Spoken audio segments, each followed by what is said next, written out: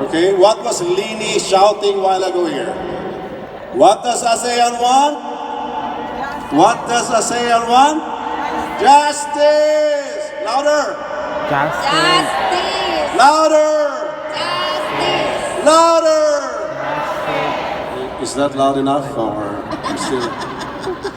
It will become, don't worry, it will become louder and louder. I think Debbie takes the microphone by and by, We prepare for you the might regret saying that. Thank you. I think what I meant by louder is not by voice, but make yourself heard in all aspects of the society. Thank you. Thank you, thank you. Your Excellency, the Deputy Ambassador from Indonesia. Good morning, everyone, and thank you for having me here today. We are glad to be here in a very collegial atmosphere here. We in Indonesia, we get used to this kind of atmosphere. We work closely with CSO as a true partner of government because although we have achieved progress, as Ambassador said, challenges remain. And especially for a country like Indonesia, with a huge population, with a huge territory, the government just cannot do ourselves. We need you. We need engagement. We need cooperation. And for sure, we need partner. And the true partner of the government, of course, our colleague here, the civil society. I would like also to start perhaps from the national perspective. In the last 2 decades, Indonesia has progressed so much in the sense of democracy. We have a very open government, very open society, a functioning check and balances mechanism, which is very important, and to make sure that everybody, every voice is heard. And of course, in the era of ICT today, nothing can be hide. Everything's so transparent. So we need to open to each other, and we need to continue to build mutual trust, because with mutual trust we can work and we can progress together.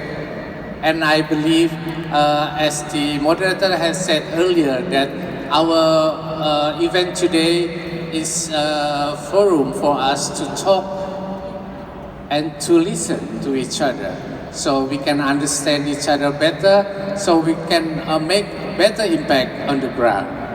And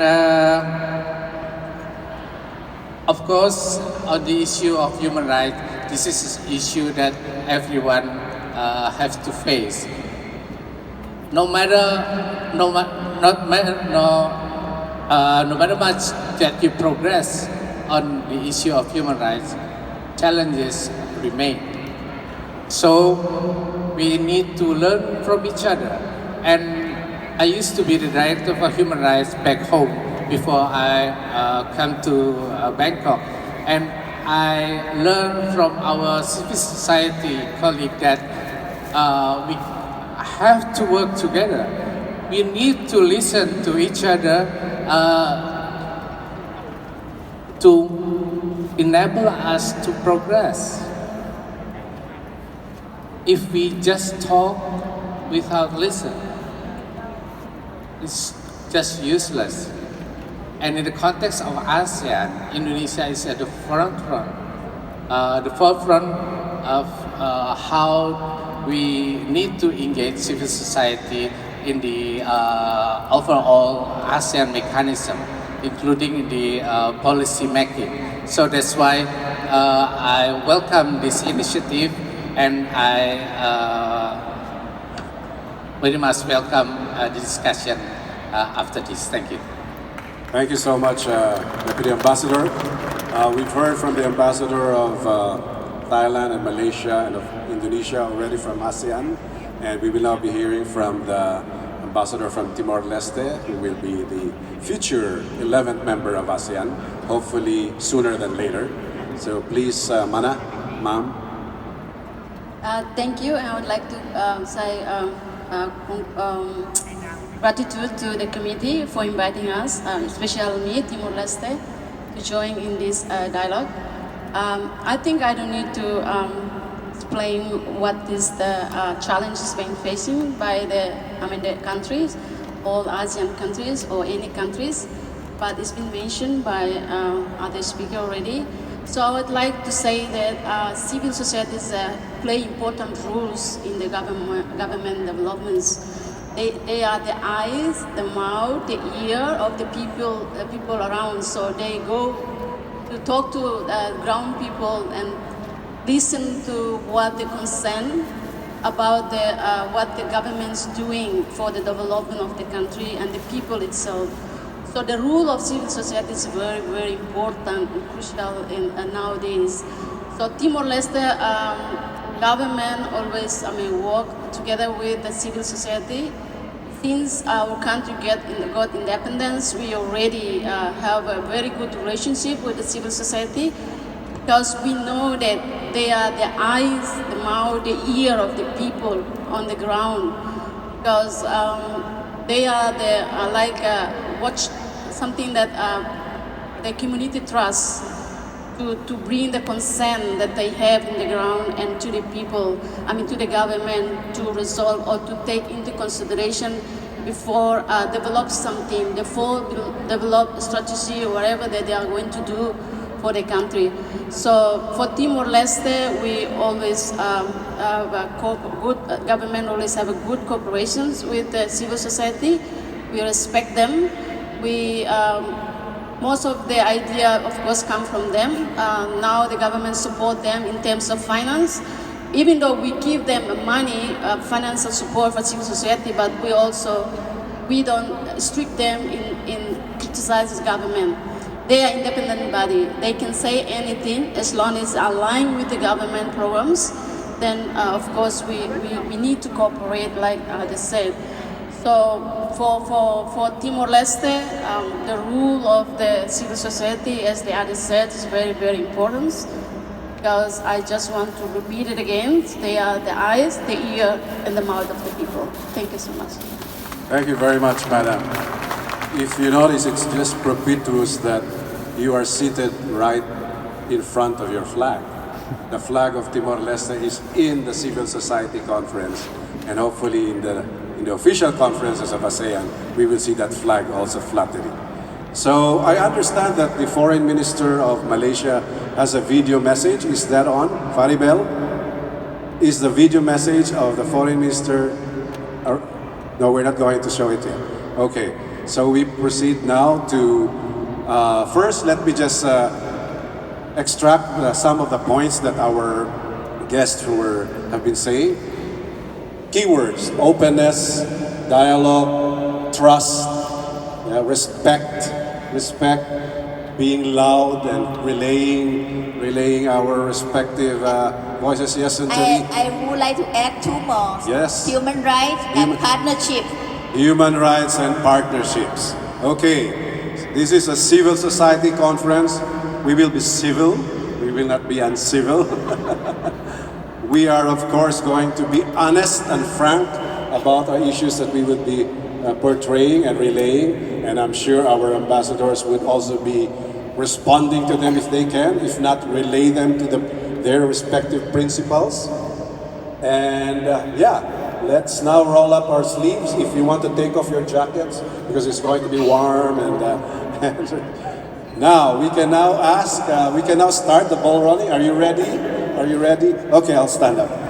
We will now first ask 2 questions each for each of the ambassadors for each of their countries. So 2 questions for Malaysia, Indonesia, Thailand, and Timor-Leste.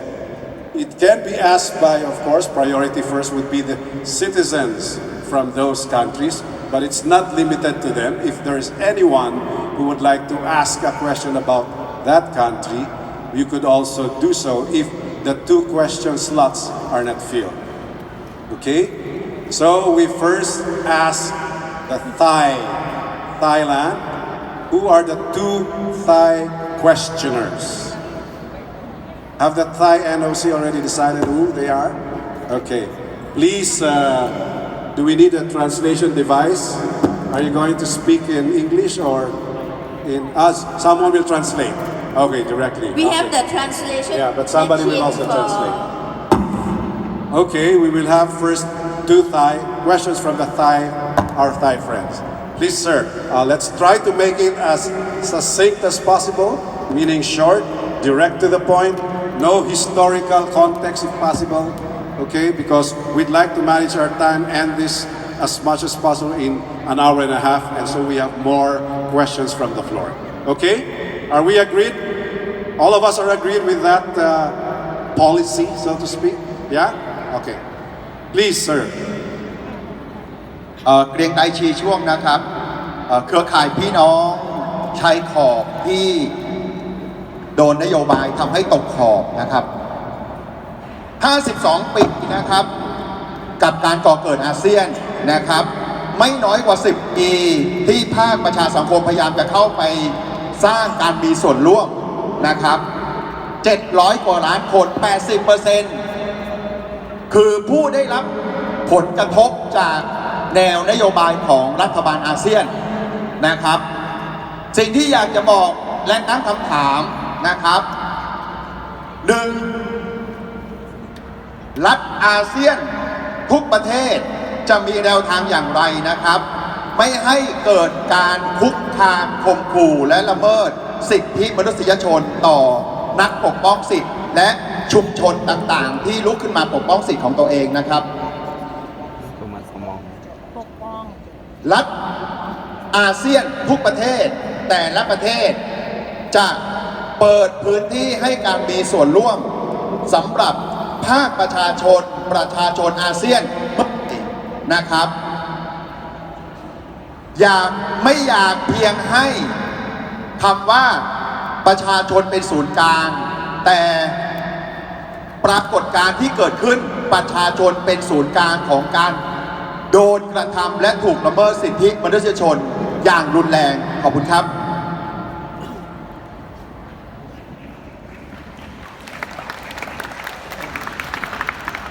Can we hear the translation first of that question before the second one, please? Yes? Because the others are...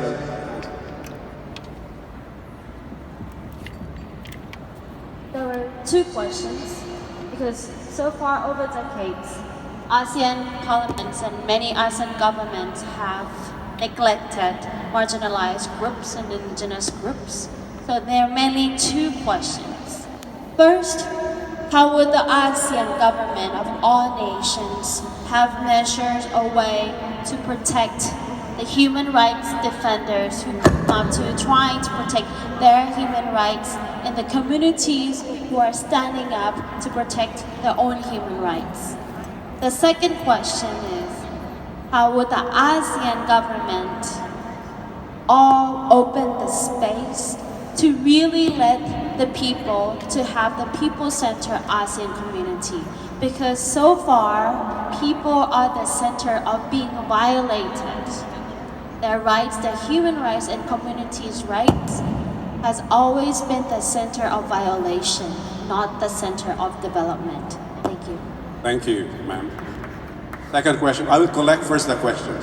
โอเคดิฉันอินทิรามานกุลผู้แทนประชาสังคมแห่งประเทศไทย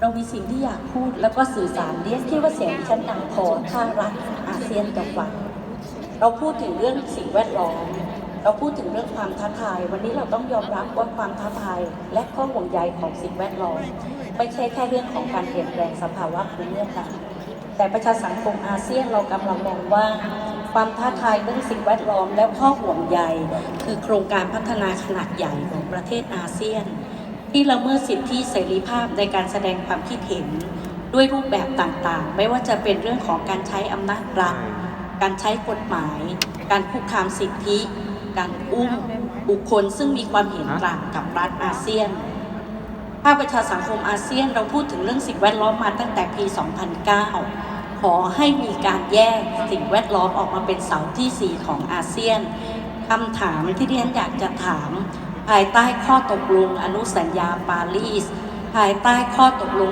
SDG 17 ด้านและรัฐอาเซียนเองมักจะพูดถึงการพัฒนาที่ยั่งยืนดิฉันอยากจะถามว่ารัฐอาเซียนกล้าพอหรือไม่ที่จะประกาศร่วมกันกับประชาคมอาเซียนในการประชุมอาเซียนปีนี้ 2019 ประกาศให้แวดล้อมเป็นเสาที่ 4 ของอาเซียนถ้าคุณกล้าจะเดินไปกับพวกเราและคุณกล้าพอคุณมีแนวทางในการทำให้เป็นรูปธรรมอย่างไร Thank you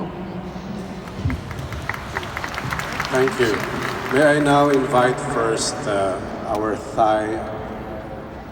Translate. Okay. Sorry. Civil society of ASEAN has always trying to promote environmental issues to be the fourth pillar of ASEAN. For the past decades, we never see that in ASEAN governments. We talk about development, sustainable development. We have the Paris Agreement. We have the SDGs. We are facing the era of climate change, but never the ASEAN government dare enough to include environmental issues as its fourth pillar. People are being facing about economic development that's actually violating the fundamental human rights and their rights to life elements to sustain their own livelihoods. The question is simple. There are two.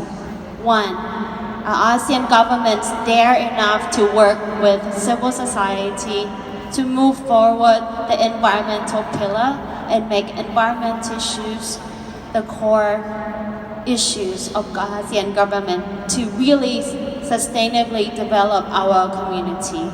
And second, if you do so, how would you do it? Thank you. Thank you for that.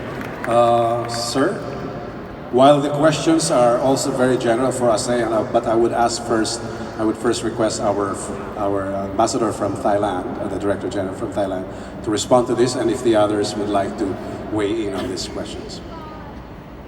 Well, first of all, maybe I will answer in Thai first and give a brief translation in English.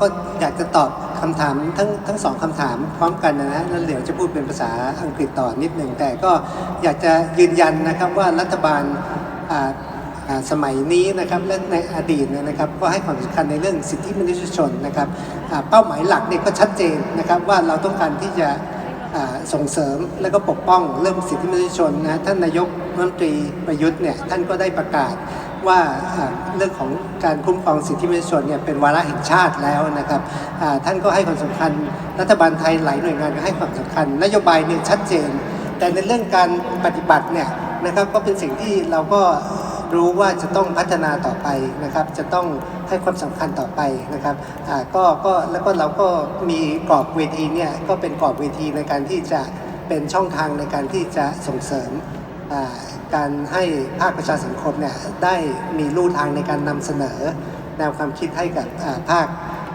รัฐบาลและก็ผู้นำนะครับซึ่งเป็นสิ่งที่ประเทศไทยให้ความสำคัญมาตั้งแต่สมัยเราเป็นประธานอาเซียนทุกวาระไปเลยนะครับส่วนเรื่องความสำคัญของสิ่งแวดล้อมเนี่ยเราก็เห็นด้วยนะครับว่าสิ่งแวดล้อมมีความสำคัญแล้วก็สอดแทรกไปในทุกเสาเลยทั้ง3เสานะครับอย่างไรก็ตามเนี่ยก็โครงสร้างของอาเซียนในปัจจุบันเนี่ยมันก็แบ่งเป็นเสาการเมืองเสาเศรษฐกิจเสาสังคมนะฮะจะมีเพิ่มอีกเสาหนึ่งนะมันก็จะต้องมีกลไกอะไรต่างๆเนี่ยที่จะเพิ่มมามากแล้วก็อาจจะเป็นเรื่องที่จะทำได้ในอนาคตแต่ไม่น่าจะทำได้อย่างรวดเร็วในปัจจุบันนะครับก็คิดว่าการที่จะประกาศในปีนี้ก็คงจะลำบากแต่ก็ทุกคนเห็นความสำคัญของเสาด้านสิ่งแวดล้อมนะครับ First of all, just would like to respond briefly to the two questions. Earlier, when I mentioned our chairmanship 10 years ago, you will recall that the ASEAN Charter was first came into force during Thailand's chairmanship in 2008 and 2009. And one of the immediate decisions that the Thai presidency made 10 years ago was first to create the ASEAN Human Rights Intergovernmental Organization, or AICHA. And we feel that this AICHA would be the inter-ASEAN body that would help to promote and protect human rights in the region. Prior to the ASEAN Charter, there was no ASEAN human rights body in ASEAN. Some countries had national human rights body, some didn't. So what we tried to do during our chairmanship was to promote the creation of a regional-wide human rights body, and also for each government to set up national human rights body. And of course, this is something that is still work in progress. A lot of people have said that maybe the AICHA is not functioning as effective as it can be, but this is something that we are helping to promote. The second thing that the Thai chairmanship tried to do is that we try to establish regular dialogue between ASEAN civil society and the leaders.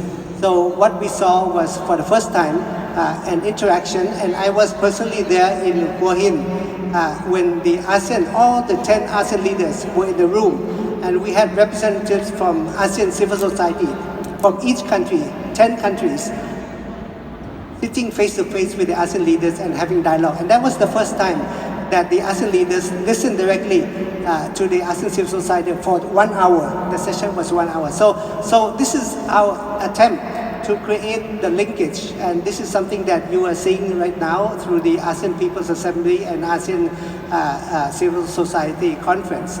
Of course, there are other things that we need to do, and in Thailand, what we have done is that over the last few years, we have created many ministries. We have the Ministry of Social Development, we have relevant agencies that have been set up to directly respond to the needs of people who have been marginalized, people who have been left out of the prosperity of the ASEAN region. And you see this in a lot of ASEAN countries, that new ministries are being set up, especially to look into the welfare, into the development of human capital in various ASEAN countries. So this is our attempt to promote. Of course, as I said, the policy is there, the objective is there, the vision is there, but the process, the implementation is something that we have to work on. We need to continue to work on. And of course, we hear the complaints being made, and just now by the Thai speaker, on some of the marginalized people in the countryside or in the hill tribe areas. And this is something that we need to work together.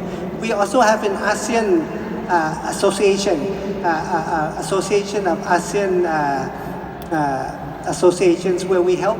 We feel that these associations can help to reflect some of the concerns and needs of people in the marginalized communities, and this will be reflected in their attempts to go out in the countryside to promote ASEAN issues. So there are different channels for relevant agencies to listen to the people, especially people in the marginalized countries. The Thai Prime Minister just this year and last year enacted many new policy initiatives related to human rights. We have set human rights as a policy, as a main policy focus of the present administration. We have promoted the rights of women prisoners in jails, in cells. We have the Bangkok rules within the United Nations. We have promoted alternative development, where we try to bring crop substitution and promote better livelihood for people in the hill tribe areas. Many initiatives. We have become party to many international instruments in the UN related to human rights, and we are undertaking more effort, to strengthen our relevant agencies related to protection and promotion of human rights in Thailand. Of course, the policy is there, the direction is clear, but in the process is something that we need to strengthen and work on, and this type of dialogue is important. On the question regarding the importance of environment, of course I agree with you. Everybody agrees with you that environment is a very important issue and should become the fourth pillar of ASEAN community building. But of course, right now, the structure of the ASEAN community building is three pillars: political, economic, and social. And environment is under the social pillar. But of course, environment is a cross-cutting issue that relates to all the issues. And I think what is more important is try to promote the issue rather than to set up a process. So what is more important for Thailand is to act on environmental issues, to promote clean energy, to promote recycle, renewable, rather than to set up a separate organization or separate mechanism, a separate pillar, because we feel that the present pillar is sufficient. We don't want ASEAN to become a community that sets up 5 pillars or 10 pillars, pillar on poverty, pillar on social development, pillar on education. Everything is important. Education is important. Climate change is important. But what is important is for us to act on these issues. Thank you very much. So does it mean Thailand will not be